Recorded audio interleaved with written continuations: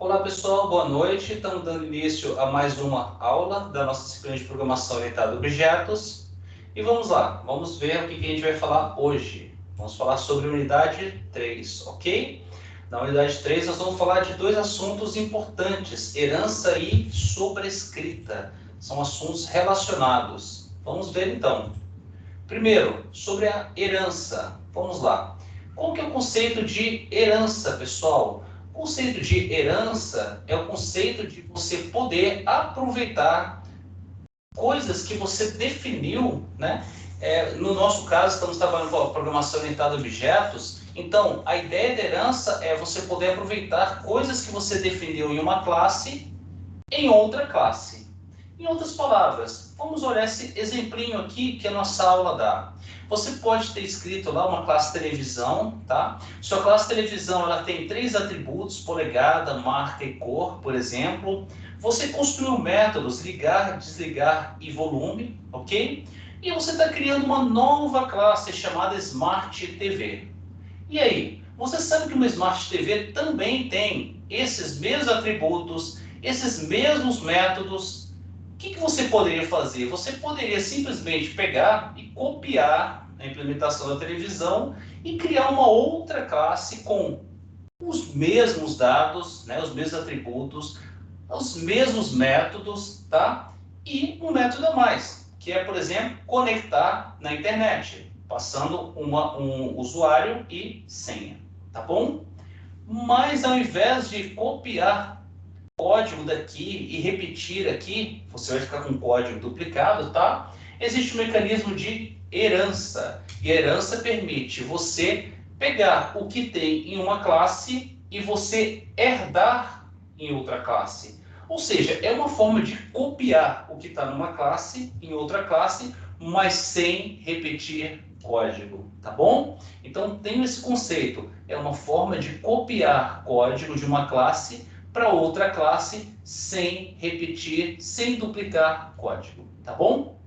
No conceito de herança, vejam só, a gente pode chamar essa classe aqui de classe base, superclasse ou classe pai, ok? E essa classe aqui, que é a classe filha, a gente pode chamar ela de classe derivada, ok?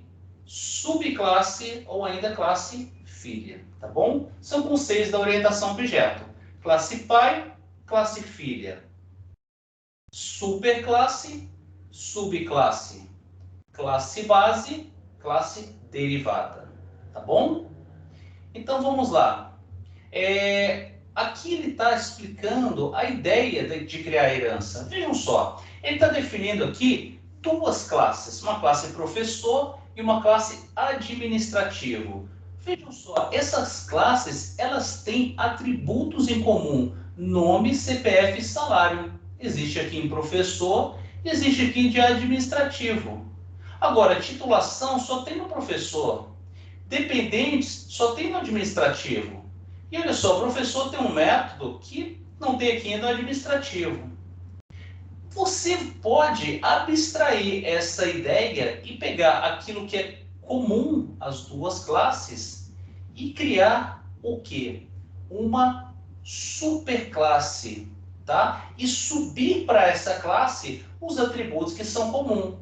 Nome, CPF e salário. Ora, esses atributos eu estava repetindo eles em professor e em administrativo. Ao invés de fazer isso, eu coloco em uma única classe e eu sei que pela herança ele vai copiar, né? Esses atributos vão passar a existir aqui em professor e vão passar a existir em administrativo. E eu deixo lá em professor só aquilo que é específico do professor e administrativo aquilo que é específico de administrativo.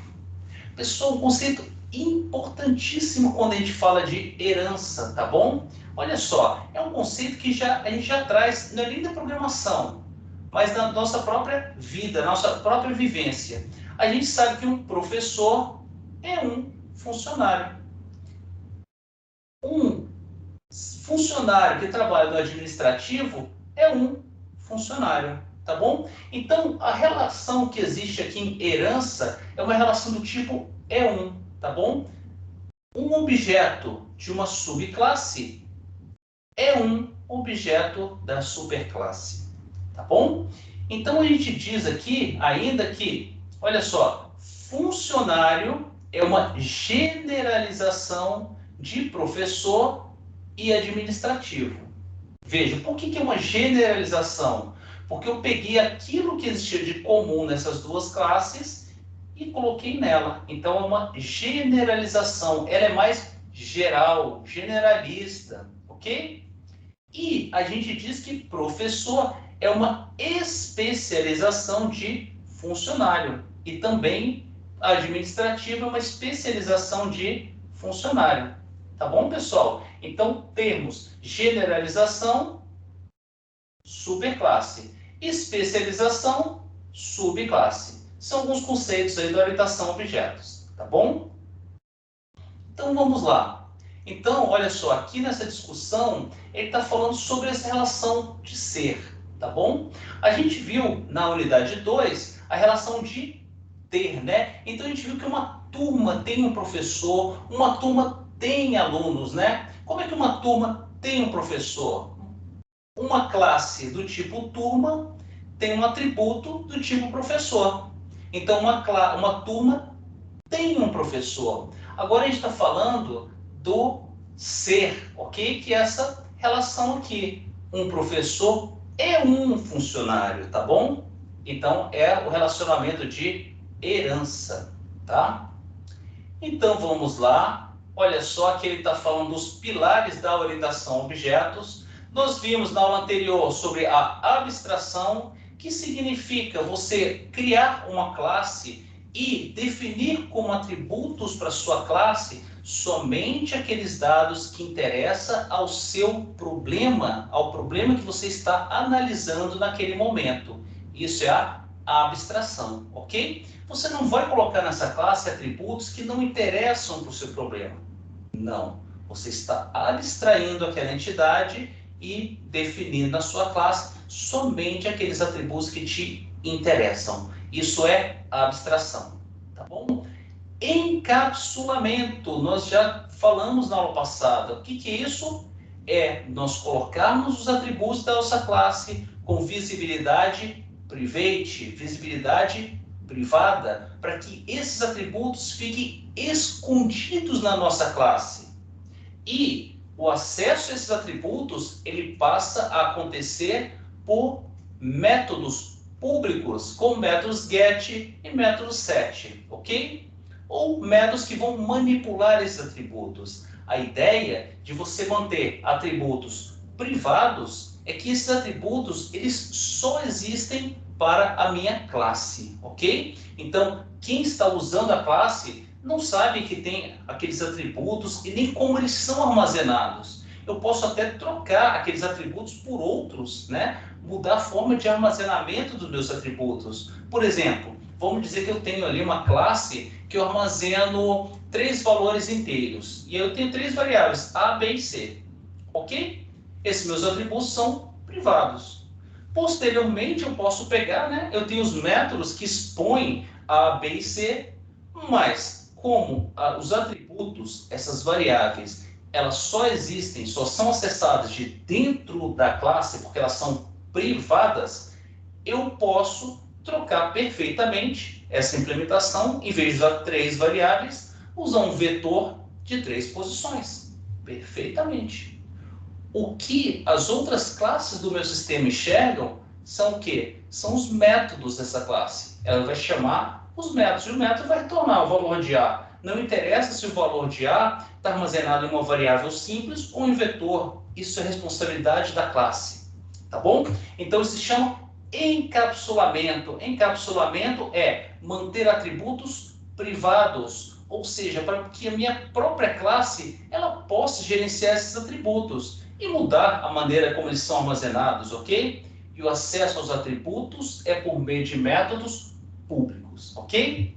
Estamos vendo aqui o terceiro pilar da orientação a objetos, que é a herança, ok? Onde a gente tem uma classe, a gente pode definir uma classe a partir de outra classe, aproveitando atributos, aproveitando métodos, aproveitando funcionalidades. E na unidade 4, nós vamos falar do polimorfismo, que é o pilar final da orientação objeto, ok? Vamos lá então, como é que você faz herança em Java? Pessoal, acompanhe comigo. Nós temos uma classe funcionário. Repare que aqui estamos usando o encapsulamento, porque nós estamos declarando nossos atributos como private, ok? E é importante colocar que no trabalho que a gente tem agora na unidade 3, eu estou pedindo exatamente isso aqui. Declare atributos privados e métodos getSet. O que é isso? Exatamente o que vocês estão vendo aqui. Atributos declarados como private e acesso aos atributos, por exemplo, o atributo nome, por métodos de getNome e método set. Aqui não tem o setNome, né? Porque o nome não pode ser modificado nessa classe. Mas tudo bem, temos aqui o CPF, então a gente tem o getCPF para retornar o valor do atributo CPF e nós temos o setCPF, ok? Então, o funcionário tem nome, CPF e salário. Agora vejam, eu declarei a classe professor. Estendendo o funcionário, o extends é a palavra reservada que vai indicar a herança. Então, professor estende funcionário. Olha só, um vínculo de herança, ok? E aí, a minha classe professor, eu defino o quê? Um atributo titulação, e aí tem os métodos get e set para titulação, ok? E aí eu tenho aqui um método getImposto de renda também, que é específico da minha classe funcionário. Aí eu vou declarar minha classe administrativo. Ora, pela herança, eu vou dizer administrativo estende funcionário, ou seja, o que está em funcionário vai vir para a classe administrativo, mas eu vou adicionar novas coisas aqui. Eu vou declarar um atributo dependentes, eu vou colocar métodos get e set para esse atributo dependentes, ok? E vou colocar aqui também um método contribuição sindical, ok? E aí olha só o que ele faz no código aqui da minha classe programa, que tem o método main. Ele instancia um objeto do tipo professor, e aí ele chama nesse professor setNome, setCPF, setSalário. Então estou setando nome, CPF e salário. E setTitulação. Chamo o método getImposto de renda e mostro aqui o nome do professor e quanto que vai pagar de imposto de renda. Vamos ver? setNome. Vamos procurar uma classe professor? Classe professor. Cadê o setNome? Não está aqui. Mas professor estende funcionário. Funcionário tem um método setNome. Perdão, pessoal, eu falei que eu não tinha visto esse setNome aqui, né? Eu falei que a classe funcionário não tinha mais setNome, mas tem. Tá aqui, tá? Se não tivesse esse setNome aqui, significaria que a minha classe funcionário, ela não permite alterar o meu atributo nome. Tá joia? Mas, ó, tem o setNome aqui, não é? Quando ele chama setCPF, de onde que vem esse método? Veio da classe professor? Não, veio da classe funcionário, ó, setCPF, está em funcionário. Mas pela herança, quando o professor estende funcionário, o setNome, o setCPF, passa a fazer parte da classe professor, ok? Então, é isso que a herança permite fazer, ó. Quando eu chamo setNome, estou chamando o método herdado, que está lá em funcionário. Quando eu chamo setCPF, também estou chamando o método herdado. setSalário. Quando eu chamo setTitulação, agora o setTitulação, esse sim, está lá em professor. Estão vendo? Está aqui em professor. Tá? Então, é isso que a herança nos permite. Olha só, pegar e aproveitar todo esse código aqui, em vez de escrever ele novamente na minha classe professor, eu dou um extends e a minha classe professor passa a contar com esses atributos e métodos. Tá? Importante, pessoal, deixa eu colocar um parêntese, tá? A herança não disponibiliza tudo isso aqui, tá bom? Porque atributos privados não são herdados. Professor, como assim? Não são herdados os atributos. Atributo privado, ele só pode ser acessado por métodos da classe que definir esses atributos. Ou seja, esses atributos aqui, ó, eles só podem ser diretamente referenciados pelos métodos setNome, getNome, setCPF, ok? Eu não consigo referenciar o atributo nome diretamente na classe professor, porque esse atributo é privado, só existe na classe funcionário, tá? Mas eu não preciso manipular eles diretamente. Por quê? Porque eu tenho os métodos get e set para poder fazer referência a esses atributos, tá bom? Então, conceito importantíssimo, tá, pessoal? Atributos privados não são herdados, tá? Eles só ficam na classe. Métodos públicos, atributos que são públicos, são herdados, tá bom? Então, vamos lá. Vamos seguir, então. Outro conceito importante que está associado à herança é a sobrescrita. O que quer dizer a sobrescrita, pessoal? Imagina o seguinte, tá? Que o meu professor, tanto o meu professor quanto o meu administrativo, ele recebe uma gratificação. Então, tem o método get gratificação, tá bom? Só que para o professor, essa gratificação que retorna um double tem um valor. E para o administrativo também tem um valor. Olha só, eu poderia até subir aqui esse método get gratificação, porque tanto um professor quanto o administrativo tem o get gratificação, tá bom? Só que, reparem, pessoal, o get gratificação do professor, ele tem que retornar um valor. E do administrativo tem que retornar outro valor. Então, o que você faz? Você define o método aqui em cima e você define ele de novo aqui embaixo, com a mesma assinatura. Olha só, o método chamado getGratificação, que não recebe parâmetros, que retorna um valor do tipo double. Quando você define um método que tem a mesma assinatura do método lá da superclasse, você está fazendo uma sobrescrita. Pessoal, você está sobrescrevendo esse método aqui de cima, tá bom? O nome já diz, pessoal, quando você faz uma sobrescrita, o que você está fazendo? Você está escrevendo em cima, ok? E é o que você está fazendo aqui quando você coloca de novo o método de gratificação aqui. O que vai passar a valer para um objeto tipo professor vai ser o get gratificação aqui de baixo, porque você sobrescreveu, você escreveu por cima do método que estava sendo herdado. Ok? Pegaram essa ideia da sobrescrita, tá? Então, alguns resumo dos termos que envolvem a herança, né? Temos superclasse, subclasse. Temos classe pai, classe filha, classe base, classe derivada. Então, isso aqui é a herança. Na UML a gente representa por esse símbolo aqui, essa setinha, tá bom? A herança é um relacionamento tipo E1, tá bom? Então, classe filha, a subclasse é uma superclasse, tá bom? Então, lembrando, um professor é um funcionário, tá bom?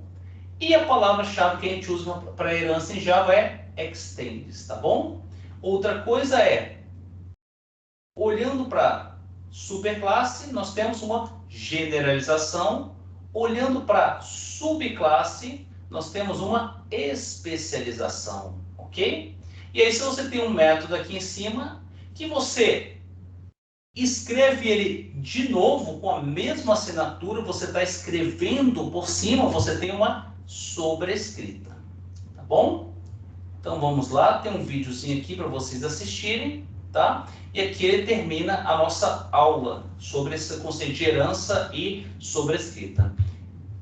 A segunda aula da unidade 3, ele continua falando sobre a sobrescrita, tá? Mas aí nós vamos ver a sobrescrita num contexto mais específico. Vamos lá, vamos continuar aqui. Pessoal, classe Object. Toda classe em Java, ela é filha de Object. Então, se você imaginar uma herança, você tem lá professor, que herda de funcionário, e funcionário herda de quem? Pela figurinha lá não herdava de ninguém, não é? Só que, mesmo quando você escreve uma classe lá em Java, e essa classe não herda de ninguém, pessoal, implicitamente o compilador Java, ele coloca essa classe herdando de Object, tá bom? Então, Object é a classe pai de todas as classes em Java, tá bom? Então, se você imaginar uma cadeia de herança, onde você tem uma classe que herda de outra classe, e essa outra classe herda de outra classe, e continua subindo a herança, lá em cima, lá no topo da herança, você vai ter a classe Object, tá bom? Por que é importante a gente conhecer a classe Object? Ora, a classe Object, ela contém alguns métodos ali. E esses métodos, como toda classe em Java, ela é subclasse de Object, todas as classes em Java, elas vão ter os métodos que foram definidos aqui em Object. Outra coisa interessante, tá, pessoal? Quando a gente estudou lá o ArrayList, o método add do ArrayList, vejam como é que ele é definido. Add, e você passa para ele um Object. O que isso quer dizer? Quer dizer que eu posso passar um objeto do tipo Object ou um objeto de qualquer subclasse de Object. Veja que interessante quando você define dessa maneira. Quando você diz que ele pode receber um Object, significa que eu posso passar um objeto do tipo Object, posso passar um objeto do tipo funcionário, posso passar um objeto do tipo professor, porque qualquer um desses objetos é um objeto do tipo Object. Olha eu falando aqui, é um. É a palavra que a gente lembra quando a gente fala de herança. É um. Um professor é um funcionário. Um funcionário é um Object. Ok? Tenham isso em mente. Um ponto importante no Java. No Java não existe herança múltipla, tá, pessoal? Uma classe, ela vai herdar de uma única superclasse, tá bom? Em C++, a gente tem herança múltipla. Uma classe em C++, ela pode herdar de 2, 3, 5 classes, tá bom? Em Java não tem isso. A gente só tem uma classe pai, tá bom? Vejam só, alguns métodos importantes que a gente tem lá em Object. Primeiro, o método toString. O toString, o nome já diz. ToString, o que ele faz? Ele retorna uma string. Essa string é a descrição do seu objeto. Então vamos lá, pessoal. Se você tem, por exemplo, sua classe aluno, se você chamar o toString dela, ele vai retornar assim, ó, aluno, arroba, e um número aqui. O que é isso? O padrão, a implementação padrão do método toString da classe Object é mostrar o nome da classe, um arroba e o endereço de memória onde está aquele objeto, tá bom? Que você chamou de toString. Então vejam só, olha só, eu tenho a classe aluno aqui, tá bom? Com os atributos privados, excelente, estamos trabalhando com o conceito de encapsulamento, ok? E olha só, eu tenho um método aqui, toString. Opa, esse toString que não recebe nada e que retorna uma string, ele vem de onde? Lá da classe Object. Mas aluno, eu não estou vendo aqui um extends Object. Se não tem um extends Object, se sua classe não estende nenhuma classe, ela implicitamente ela é filha de Object. Então, ela está estendendo Object, ok? E olha só, tem uma notação que a gente costuma usar em Java, que é esse override. E aqui está indicando que estou sobrescrevendo o método toString da classe Object. Então, ele está, em vez de usar o toString lá do Object, que vai me retornar o nome da classe, arroba, o endereço do objeto, eu estou provendo uma nova implementação. O meu toString de aluno, eu quero que ele mostre o nome do aluno, a nota 1, 2, a média, o status, ok? Eu estou provendo uma implementação para o toString. Vejam só, o que mais que eu tenho aqui? Eu tenho um construtor que não recebe nenhum parâmetro. Eu tenho um construtor que recebe o nome, a nota 1 e a nota 2. E aí eu seto usando os set nome, set nota 1, set nota 2. Eu tenho os métodos get e set para nome. eu tenho get e set para nota 1 e para nota 2, ok?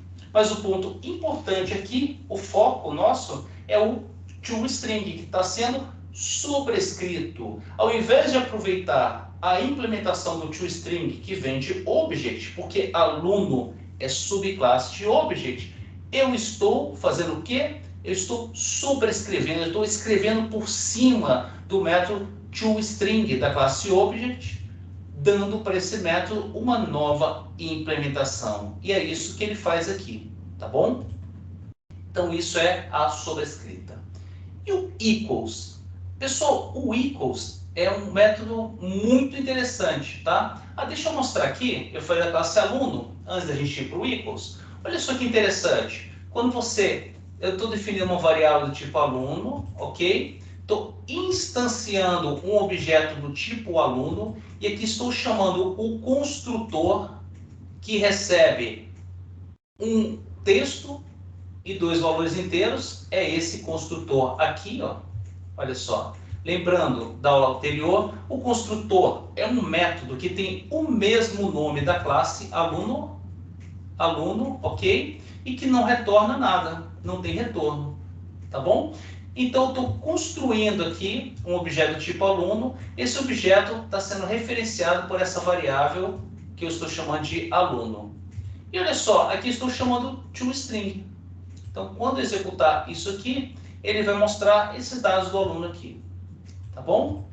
Então, aqui eu estou mostrando. Se eu simplesmente omitir o toString, tirar isso aqui, ó, tirar, deixar só aqui, aluno, ele vai imprimir o mesmo resultado. Porque quando você passa uma variável do tipo classe aqui, o Java implicitamente, tá joia? Ele assume que você está chamando o toString. Então, poderia aqui estar dando system.out.println aluno, e ele iria chamar o toString, tá bom? E o toString, a ideia é essa. Quando eu peço para imprimir um objeto do tipo aluno, o que ele vai fazer? Ora, ele vai mostrar a descrição desse aluno. Ou seja, o toString nada mais é do que isso, tá? Uma descrição do aluno. Então, ele implicitamente chama o toString, tá bom?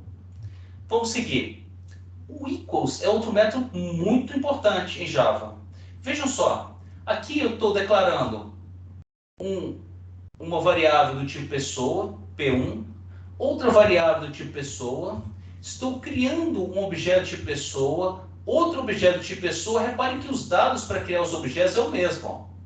José Silva e aqui um CPF, tá? E quando eu comparo assim, P1 é igual a P2, qual é o resultado disso? O resultado disso é falso. Por quê? Porque variáveis do tipo classe, como por exemplo tipo pessoa, a gente não compara elas com igual. A gente compara com o método equals, ok? E esse equals, de onde ele vem? Lá de object, tá bom? Olha só, vamos lá. Classe pessoa. Veja que eu não tenho aqui o método equals, né? Da classe pessoa só tem aqui o nome, o CPF, os construtores, né? O get, nome, set nome, get CPF, set CPF, ok? Essa comparação aqui está errada. Como é que a gente poderia fazer o correto? Vamos lá, vamos primeiro analisar, tá bom? Quando você define sua variável P1 do tipo pessoa, e você dá um new pessoa. Pessoal, esse new pessoa, ele aloca um espaço em memória para guardar os dados de uma pessoa, no caso, um espaço de memória para guardar as variáveis que tem, né, uma pessoa, nome, CPF, ok? E aí, esse objeto está em um endereço de memória. Tem uma memória alocada a ele. No caso, por exemplo, o endereço 1F, ok? O que essa minha variável pessoa está armazenando, o que P1 está armazenando não é esse objeto, é esse endereço aqui, tá? É o endereço aonde esse meu objeto está em memória. Então, P1 vai guardar esse endereço aqui, ó, 1F, ok? Em hexadecimal, 0x1F. Isso é um exemplo, tá? Quando eu crio Quando eu chamo de novo new pessoa, pessoal, o new ele cria um objeto em memória. Quando eu chamo new pessoa, ele está alocando um espaço em memória para guardar os dados de um objeto do tipo pessoa, ok? Aí, ó, quando ele alocou espaço em memória para guardar esse objeto, ele falou, olha, esse objeto está lá nesse endereço aqui de memória, 32. E repare que o new está sendo atribuído à variável P2, do tipo pessoa. Então, P2 vai guardar o endereço de memória, no caso, 32. Então, vejam, P1 está guardando um endereço, um F. E P2, 32. Pergunta, se eu comparar P1 com P2, P1 é igual a igual P2, os endereços são os mesmos? Não são os mesmos. Por isso que esse igual aqui, ó, ele dá falso, porque ele compara o que está em P1 com o endereço de memória, que é o endereço desse objeto que foi criado. O que está em P2? Um endereço de memória, que é o endereço desse objeto aqui que foi criado. Ora, o endereço que está aqui é o mesmo desse endereço que está aqui? Não, porque aqui eu usei new para criar um objeto, aqui eu usei o new para criar outro objeto. Cada variável está guardando um endereço diferente. Então, quando ele compara com igual a igual, ele está comparando dois endereços, ok? Esse conceito em Java é importantíssimo, tá bom, pessoal? Então, lembre dessa figurinha sempre, tá? P1 está guardando um endereço de memória, tá bom? Quando você compara com igual a igual, você está comparando os endereços. São os mesmos? Não. Então, por isso que dá falso, tá bom? Vejam só, pessoal. E se você colocar, em vez do igual a igual, colocar o if assim, o que vai dar? Vai dar falso também. Por que vai dar falso? Porque a implementação padrão de equals, lá de object, ela faz exatamente isso aqui. Compara o endereço do objeto com o endereço de outro objeto. Ele faz exatamente o que o igual a igual faz. Ele compara os endereços, tá bom? Então, por isso que a gente precisa sobrescrever o método equals. Ora, eu sei que duas pessoas são a mesma pessoa se o CPF delas bate. Legal. Então, o que a gente faz na classe pessoa? A gente faz um override, a gente sobrepõe o método equals, ok? E o equals lá da classe object, ele retorna um boolean, true ou false, que é o resultado da comparação, mas ele recebe um object, tá bom? E aí, o que o meu equals aqui está fazendo? Primeira coisa, ele pergunta, ó, esse meu objeto que está chegando aqui, que tem o tipo object, ele é uma instância de pessoa, ok? Esse objeto aqui, ele tem um tipo pessoa? Se tiver o tipo pessoa, então ele vai fazer isso aqui, ok? Então ele vai seguir. Caso contrário, retorna falso. Ora, você não pode comparar uma pessoa com, sei lá, um objeto de outra classe, cachorro, gato, tá bom? Então, isso que ele está fazendo. Ó, se for uma pessoa, esse meu objeto, aí eu vou seguir aqui embaixo. O que ele vai fazer? Então, aqui, ele pega esse meu objeto, converte para pessoa, usando isso aqui, um cast, tá bom? Converte para pessoa. Então, essa variável agora se chama param, tem o tipo pessoa. E aí, eu pergunto, o CPF, chamando o get CPF, né? Em vez de ir direto no atributo. O CPF é igual o param CPF? Estou comparando os dois CPFs, tá bom? Se forem iguais, então o equals tem que retornar true. Se não, o equals tem que retornar false, se for diferentes, tá bom? Então é isso, repare, eu dei uma nova implementação para o equals, dizendo, ó, duas pessoas são iguais se o CPF delas forem iguais, ok? É isso que diz esse nosso equals. Vamos lá? Então, se a gente pegar e colocar essa implementação aqui de equals, né, nesse programa aqui, aí sim a gente coloca aqui if p1.equals p2, aí ele vai dizer que as pessoas são iguais, tá bom? Então, essa é a ideia do equals, para isso que você sobrescreve o equals, tá? Vamos lá, ele está falando aqui de pacotes. Quando a gente está trabalhando com Java, o ideal é que você mantenha cada classe em um arquivo .java diferente, tá bom?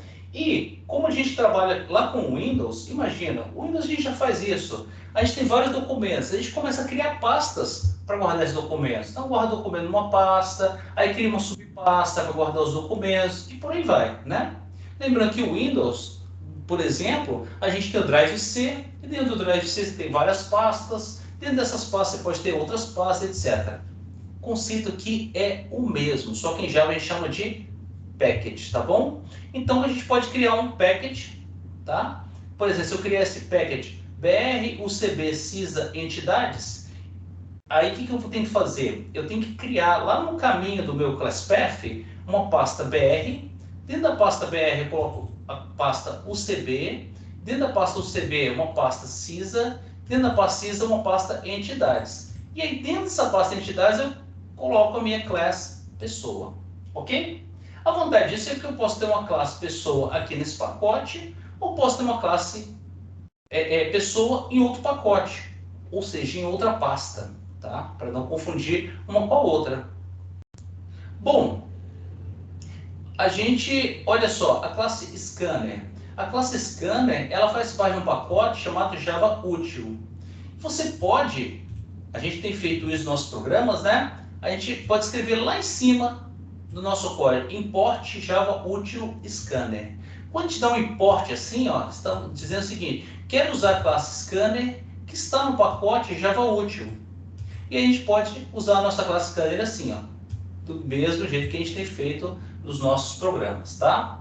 Mas se a gente não colocar o import, eu posso dizer que o tipo da minha variável, né, tipo scanner, eu posso colocar antes do nome da classe o pacote onde ela está definida, tá bom? Então eu posso declarar minha variável assim, Java útil scanner, variável scan, recebe alguma coisa, tá bom? Então eu posso colocar o nome da classe simples ou o nome da classe junto com o pacote onde ela está definida. Para colocar simples, sem o pacote, eu tenho que ter um import lá no meu arquivo, lá em cima do meu arquivo .java, ok?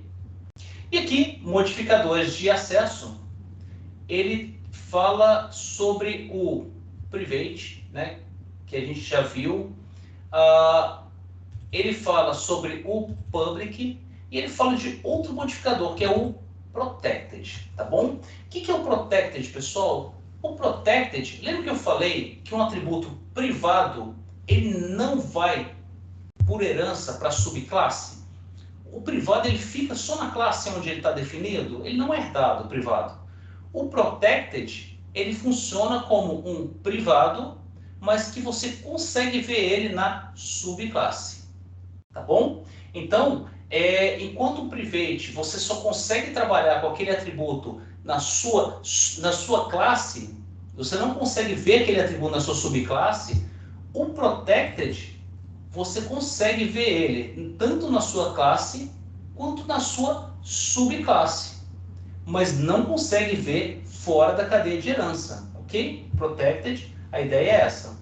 E se você não coloca nem private, nem protected, nem public, ele assume aquele que ele chama de visibilidade default, né? Ou visibilidade de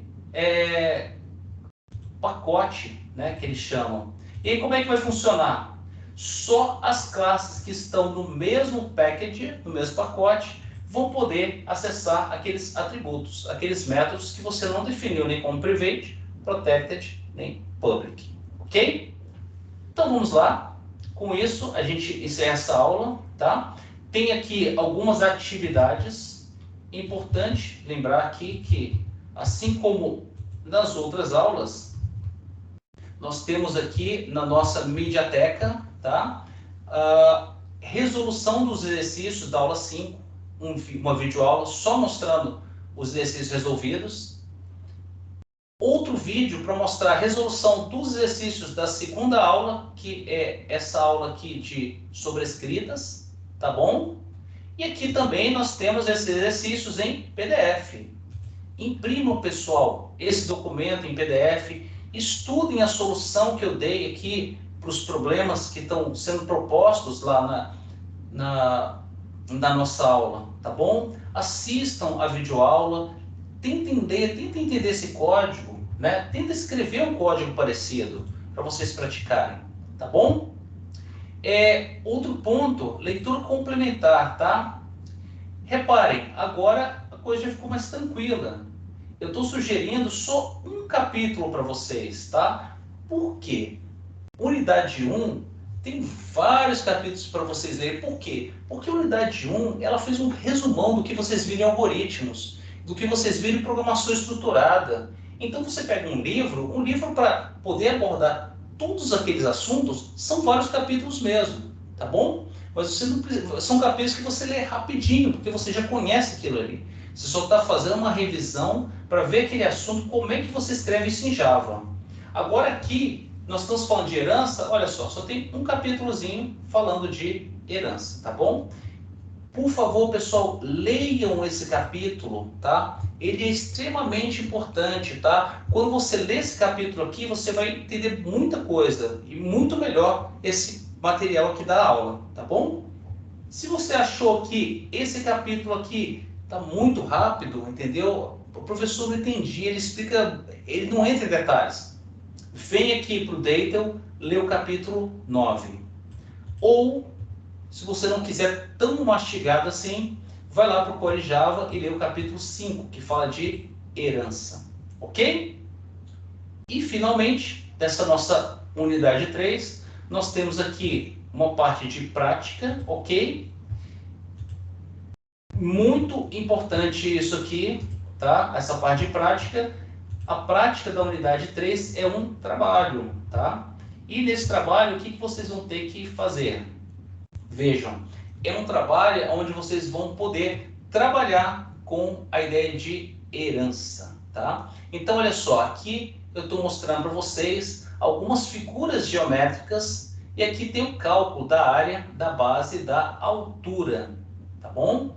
Então, olha só, a área de um triângulo é base vezes a altura sobre 2. E do quadrado? É o lado ao quadrado, né? E aí vai, tá bom? E aí eu estou falando para vocês fazerem o seguinte.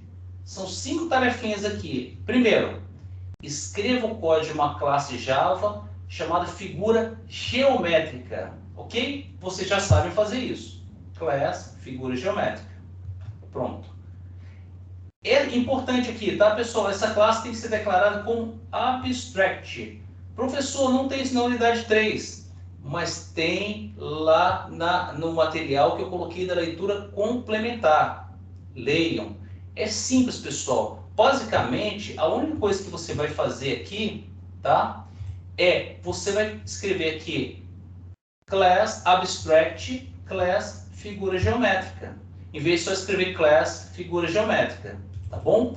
Porque na unidade 4 vai ficar bem claro esse conceito de abstract, tá? Mas deixa eu já resumir para vocês. Quando você declara uma classe como abstrata, a sua classe, você não consegue dar um new nela.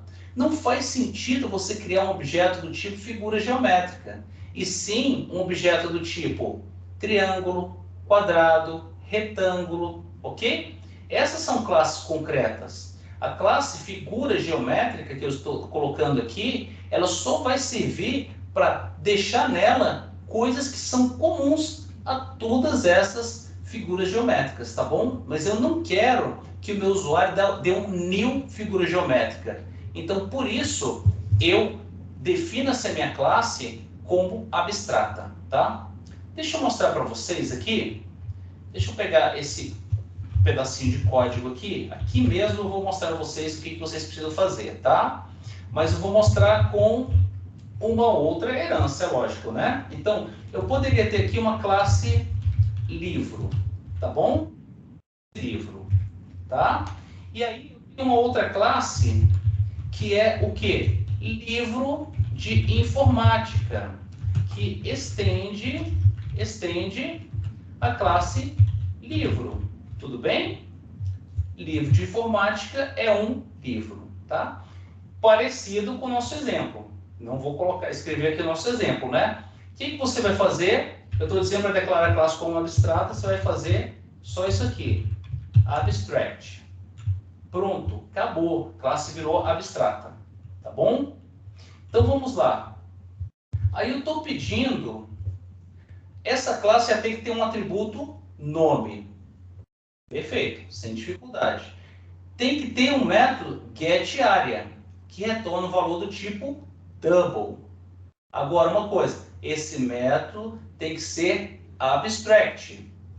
Por que isso, pessoal? Porque nós vamos sobrescrever esse método na subclasse de figura geométrica. Em termos práticos, se eu declarar aqui na minha classe livro um método, vamos colocar aqui, por exemplo, public get descrição, ok?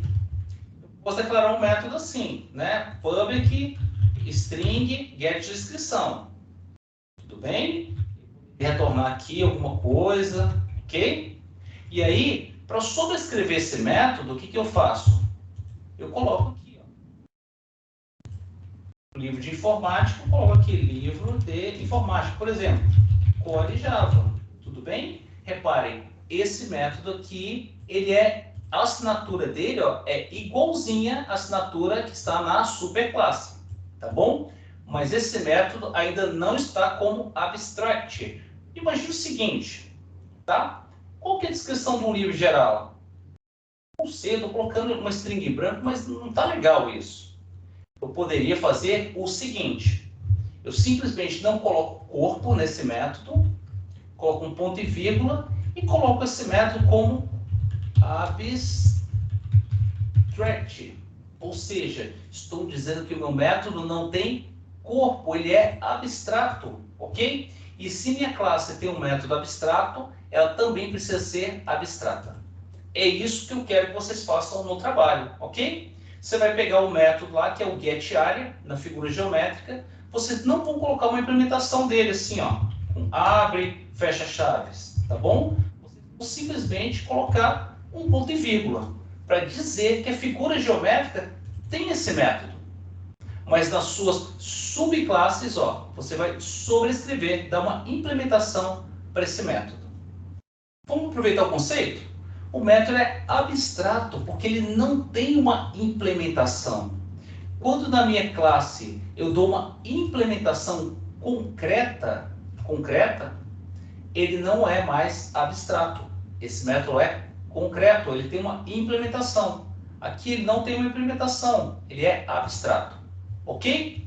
Sigam essa dica aqui, tá bom?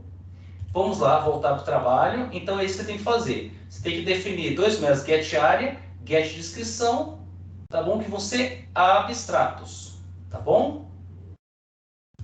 Vou até pegar isso aqui, vou sublinhar aqui, tá? Vou deixar sublinhado aqui na descrição do trabalho, tá bom? Ó, tem que ser abstract a classe. O método também tem que ser abstract. Por quê? Porque nós vamos sobrescrever na subclasse.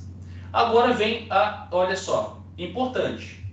O atributo nome, você tem que declarar como private. E tem que existir na classe o método getSetPublic. Estamos aplicando aqui o conceito de encapsulamento. Tá bom, pessoal? Tarefa 2. Você vai criar uma classe retângulo. Essa classe tem que ser filha de figura geométrica, então aqui a gente tem uma herança, ok? Ela tem que ter esses atributos, base e altura. Pessoal, base e altura está na classe retângulo, não está na classe figura geométrica, tá bom? Classe figura geométrica só tem um atributo, nome, ok? Nome. Eu não quero esses atributos aqui, ó, lá na superclasse. Não é isso que está dizendo o meu problema, tá bom? Então tem que ter esses atributos e tem que ter um método getArea. Olha só, ele vai sobrepor o método que está definido em figura geométrica. Então, ó, aqui na superclasse eu tenho um método, por exemplo, aqui é outro método, né? Estou dando outro exemplo, getDescrição. Eu estou sobrescrevendo ele na subclasse. Eu quero que vocês façam coisa parecida, tá bom? Do trabalho. Então, vocês vão sobrescrever, só que o getArea, ele vai retornar a área de um retângulo. Qual que é a área do retângulo? Por isso que eu botei essa figurinha aqui. A área do retângulo é base vezes altura. E por isso que o retângulo tem atributos, base e altura, ok? Para você poder calcular a área. Tem o getDescrição, que vai retornar um texto mostrando lá os valores da base e da altura do retângulo. Tá bom? Então, você tem que postar aqui nessa tarefa a sua classe retângulo, tá? Também os atributos da classe tem que estar como privado e tem que ter métodos getSet, encapsulamento, ok? Mesma coisa, mas agora com a classe triângulo. Ela estende figura geométrica, ela tem base e altura. Pessoal, triângulo tem base e altura. Retângulo tem base e altura, mas vocês não vão colocar esses atributos em figura geométrica. Por quê? Porque, olha só, um círculo não tem base e altura, um quadrado não tem base e altura, ok? Nesse caso, coincidiu de você ter em triângulo e retângulo os mesmos atributos, mas é para deixar os atributos aqui na subclasse, ok? Aí você vai ter o método getArea, que retorna a área do triângulo. GetDescrição, que vai retornar a descrição do triângulo. Tá bom? Mesma coisa para a classe círculo. Círculo é filha de figura geométrica. Tá? Tem que ter um atributo raio para calcular a área. Vai ter um método getArea, que retorna a área do círculo. Vai ter um getDescrição, que retorna a descrição do círculo. Tudo bem? Posta o código da sua classe círculo. Tá bom? Tarefa 5 é onde você vai juntar tudo, porque você vai criar uma classe com o método bem. E aí, nessa classe aqui, nesse método, você vai colocar comandos para criar objetos do tipo retângulo, triângulo e círculo, ok? E aqui você vai declarar uma variável, tá bom? E você vai dar um new retângulo, new triângulo, new círculo. E aí você vai colocar comandos para definir valor para os atributos desse objeto. Set base, set altura para o retângulo, para o triângulo, set raio para o círculo. E aí você vai adicionar um trecho de código abaixo. Você não vai escrever o código, você só deu um new e você vai pegar esse trecho de código e vai colar lá na sua função main. O que ele faz aqui? Ele cria um array list de objetos do tipo figura geométrica.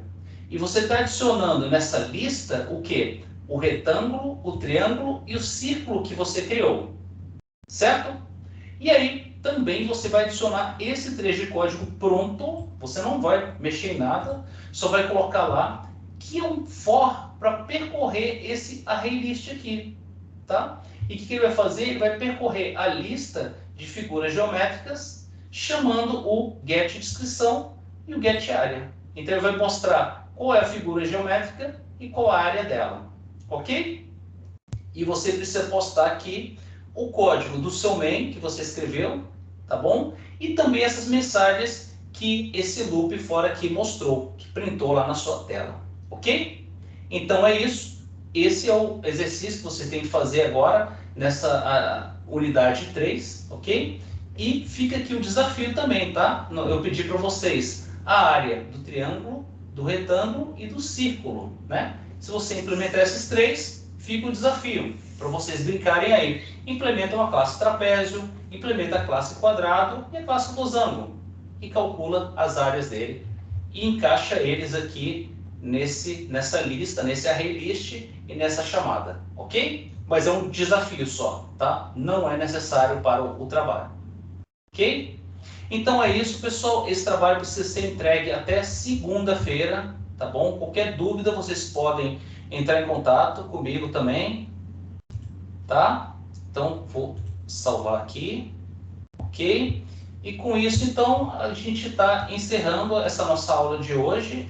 Vou abrir para 5 minutinhos de perguntas, para que vocês possam tirar alguma dúvida, tá? A gente pode estender esse tempo, claro, se tiver mais dúvidas. Então vamos lá. Pessoal, dúvidas sobre a aula de hoje, sobre o trabalho, sobre o conteúdo? Vocês querem fazer tudo bem?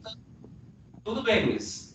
Com relação ao trabalho, então o usuário ali ele vai ter que informar os valores das três figuras, né? Isso, isso. Você vai ter que. Na verdade, você não precisa. Se você não quiser escrever o comando lá, o scan, né? Instanciar a classe scan e dar lá um scan in.readInt, né? Então, você não precisa. Você pode colocar simplesmente você. Eu só preciso que você instancie os três objetos. Se você definir, criar ali para mim uma variável do tipo quadrado, né? Perdão, do tipo retângulo, dá um new, e você der lá, retângulo, 7 base, passa um valor qualquer 10, 7 altura, 20, para mim está ótimo.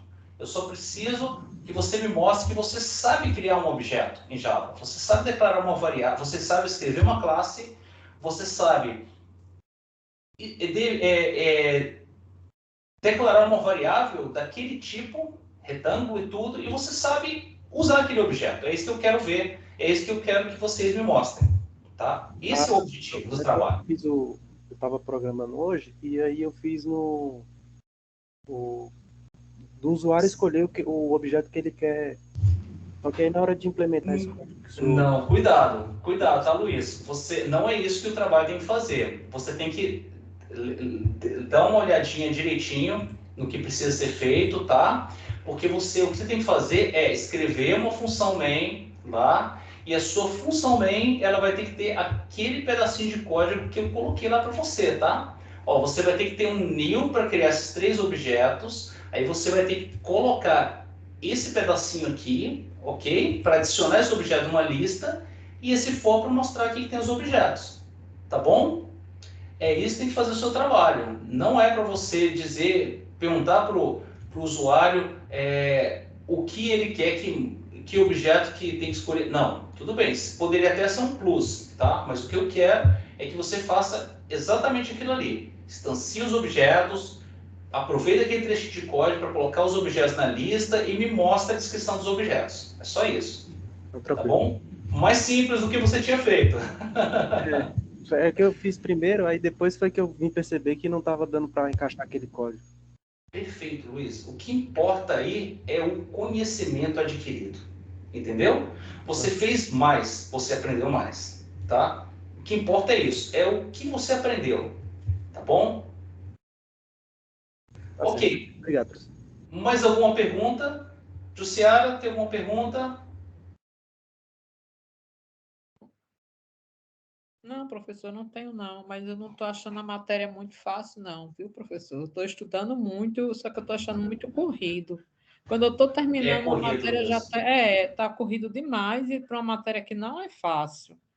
Mas eu vou Concordo com tentar fazer você. o exercício, estou tentando, entendeu? Concordo com você. Mas você está com só uma disciplina nesse mês ou não? Só com ela, exatamente, mas Só eu com ela, trabalho, né? eu trabalho, e aí, quando a gente trabalha, né, 8 horas é quando chega a noite, tem que fazer não só isso, mas outras coisas. Aí, quando é segunda, já tem que entregar já tem que entregar o trabalho. Sim, sim. A proposta, né, da Católica, dessa disciplina de um mês, é justamente essa. Você pega uma disciplina só, mas aquele mês você tem que estudar todos os dias. Todos os dias. Todos os É uma dias. maratona. É uma É, maratona aquela disciplina.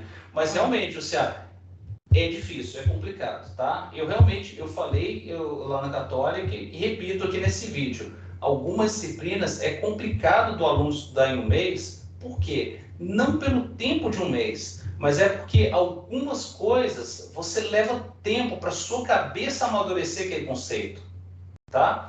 Então você vai ver que se você pegar as aulas de algoritmo, você for ler, você vai falar, nossa, gente, isso aqui eu já sei. Na época eu achei tão difícil.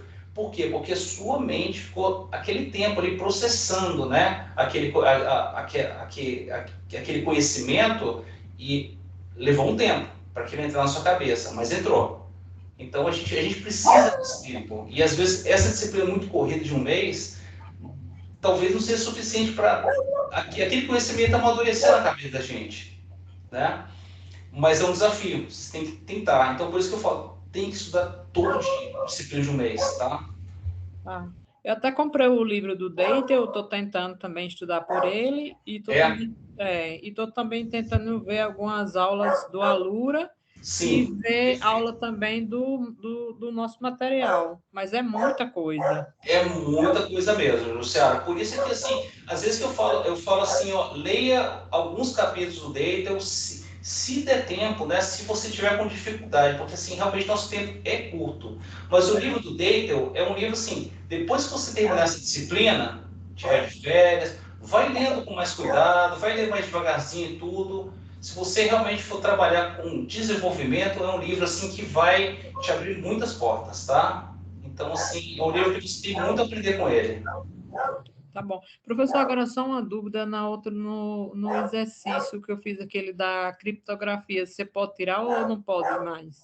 Claro, claro, pois não. Porque aquela ali eu respondi eu respondi mas eu não entendi se era para dizer que ele randomizava. Eu entendi que ele randomizava. Você não entendeu o que era para fazer aqui? Pô, eu entendi. Aí eu coloquei que o meu era só um passo porque o meu nome ele só andou um passo, meu J, Sim, meu começa com sim. J, aí ele só dá um passo, foi o K. Então, meu randômico deve ter sido 0 e ele só andou 1. Pronto. Sim, Mas sim. eu não expliquei assim, eu coloquei só 1. Aí eu acho que não era para ser, era para estar explicado mais. Algumas pessoas falaram o seguinte, por exemplo, vamos lá, eu vou rodar esse aqui, tá? Vou rodar, eu tô com ele aqui, né? Então eu vou rodar aqui, né? Então, criptografar. Então eu coloco aqui, por exemplo, Luiz Reginaldo, né? Aí eu obtenho aqui um texto. Aí eu pergunto para você, aí não sei qual a chave. Aí eu pergunto para você, qual é a chave? Aí muita gente falou nessa assim, hora qual é a aí chave? muita gente falou assim, a chave é 5 porque eu coloquei um debug aqui, parei e vi. Não, tá errado, entendeu? Eu quero que você analise como é que o algoritmo funciona para dizer qual é a chave. A dica mais fácil, um aluno até escreveu isso aqui, é o seguinte, pega a letra A. Então a letra A aqui é, deixa eu ver, de trás só foi 1, 2, 3, 4 caracteres, né? 1, 2, 3, 4. Então o A virou o quê? Virou Q. Então aí você vai analisar aqui, ó. Para o A virar Q. Quantos passos ele deu? Foi assim que eu pensei. Como é que você chegou aqui? Então, se você deslocou um caractere, então você está no B. Então, é 1, 2, 3, 4, 5, 6, 7, 8, 9, 10, 11, 12, 13, 14, 15, 16. Então, você precisou deslocar o A 16 vezes para o A virar Q. Aí, o que você tinha que fazer? Legal, vou fazer isso, ó. O meu A virou o quê? Tá? Porque, ó, olha só, quando eu codifiquei o meu nome, eu vi que o A virou um Q. E, se eu olhar aqui na minha cifra, para o A até o Q, eu tenho o quê? 16 posições. Então, vamos lá. Então, a gente vai testar agora descriptografar. Então, eu pego aqui e coloco a minha cifra, coloco a chave 16, vamos ver? Realmente? Tá aí, Luiz Reginaldo. Pronto, era isso que eu queria. Tá? Só explicar isso aí, tá? Você pegar e falar assim, a chave foi 16, mas por que foi 16? Não é porque você colocou um debug aqui e viu que a chave, aqui ó, colocou um debug aqui e parou e falou, ah não, eu vi que a chave que ele sorteou foi 16. Não, eu preciso, o que eu queria é que vocês analisassem o texto original, o texto criptografado e falassem assim, legal, eu sei como é que ele chegou aqui, porque o A virou um Q, então a chave aqui é 16. Então, cada caractere desse aqui, ele deslocou 16, inclusive rodando, né? Por exemplo, o C, aí ele roda Entendi. 1, 2, entendeu? Então, era essa a explicação que eu esperava de vocês. Tá? Eu coloquei só um passo 1, mas eu não escrevi, assim, eu vi que o meu J começa com J, aí começou com K, eu disse, então ele deu um passo só de 1, aí só fiz isso. Entendi. Era isso que tinha que explicar basicamente, tá bom? Entendi, tá bom. Luiz, você quer fazer alguma pergunta? Você levantou a mão? No meu caso, eu pedi para ele imprimir a variável, professor, que ele armazenou o valor. A variável senha? A chave? A chave, isso. Pois é. Aí você hackeou o algoritmo, né? Eu não queria que você me mostrasse sua chave. É muito simples você colocar aqui um System Out Print Line aqui, né? Mostrando a chave. Não, não era isso. Que você fizesse essa análise. Lá eu pedi, ó, com o resultado e com a análise que você sabe como é que funciona o algoritmo, então me diz, como é que você chegou nessa chave aqui? Olhando o texto criptografado, o texto original, como é que você chegou na chave? Entendeu? Eu queria que você tivesse feito essa análise, Luiz. Né? Não é simplesmente você dizer a chave é essa. Não. Eu queria que você não conhece a chave. Você conhece o seu texto original, o seu texto criptografado. Como é que você chegou de um para o outro? Se alguém estivesse criptografando mensagens, você estivesse lá no exército inimigo lá de Roma, ok? E você pegou uma mensagem lá do César, que está criptografada. Aí você teria que decifrar aquela mensagem. Como é que você... É um pouquinho mais complicado, porque você não conhece o texto original, né? Se você pegar uma mensagem criptografada. Mas o que eu quis mostrar para vocês é isso. Você tem o texto original, o texto criptografado. E para você tentar achar, descobrir a chave. Porque se uma outra pessoa criptografou um outro texto com a mesma chave, você bota a chave lá e você consegue saber qual que é o texto, né? Eu entendi que se eu queria avaliar, a gente lê no código, entendeu? Isso, essa análise. Eu queria que você fizesse essa análise do algoritmo, tá? Tá bom? Porque o que eu fiz para dar esse print aí, tinha que ler o código, né? Sim. Conhecer o código. Sim, mas o objetivo não era só mostrar a chave. Eu queria que você me dissesse como você achou a chave. E não simplesmente, eu vou ter um sistema de print lá no algoritmo para ver a chave. Não. Imagine que se fosse uma caixa fechada, tá? Que você colocou um texto de um lado e saiu o texto do outro lado. E você teria que quebrar a criptografia daquela caixa. Como é que você faria? Era mais ou menos isso que eu queria. Tranquilo. Tá bom? Imagine que você não tem acesso à caixa. Era isso que eu queria. Tá? Tá certo. Pessoal, mais alguma dúvida? Não é só isso mesmo, professor. Obrigado. Ok, então eu vou encerrar nossa aula por aqui. Gostaria então de agradecer a presença de vocês. Obrigado, tá? Por estarem aqui presente na aula. Essa aula fica gravada para que os colegas que não puderam participar possam assistir depois, ok? E lembrando que qualquer dúvida que vocês tiverem, me enviem mensagens, tá bom? Me enviem e-mail, principalmente o e-mail. O e-mail eu acesso, eu tenho um acesso até mais rápido que as mensagens. Porque as mensagens, às vezes, chegam várias mensagens ali. Toda vez que, por exemplo, um aluno posta um trabalho lá, chega uma mensagem para mim. Então, principalmente na época de entrega de trabalho, aí a mensagem do aluno fica perdida lá no meio. Então, mandem para mim e-mail, que o e-mail para mim fica melhor, que eu posso até responder, tá? Eu consigo ver, e ele não vai se perder no meio das mensagens, com certeza, tá bom? Gente, então, obrigado, boa noite, tá bom? Bons estudos, bom trabalho, tá bom? E, Jussiara, firme nos estudos, tá bom? Esse sacrifício que você está fazendo agora, que outros colegas estão fazendo também, com certeza vai valer muito para a sua carreira. Tá bom? Obrigada, professor. Eu vou estudar mesmo terminando, se eu passando ou não, eu vou continuar estudando nas férias. Perfeito, maravilha, maravilha. Esse é o caminho de uma carreira de sucesso aí, tá bom? Tá bom, obrigada. Obrigado, então, gente. Boa noite, tá? Bons estudos aí. Até mais. Até a próxima aula. Boa noite, muito obrigada. Obrigado.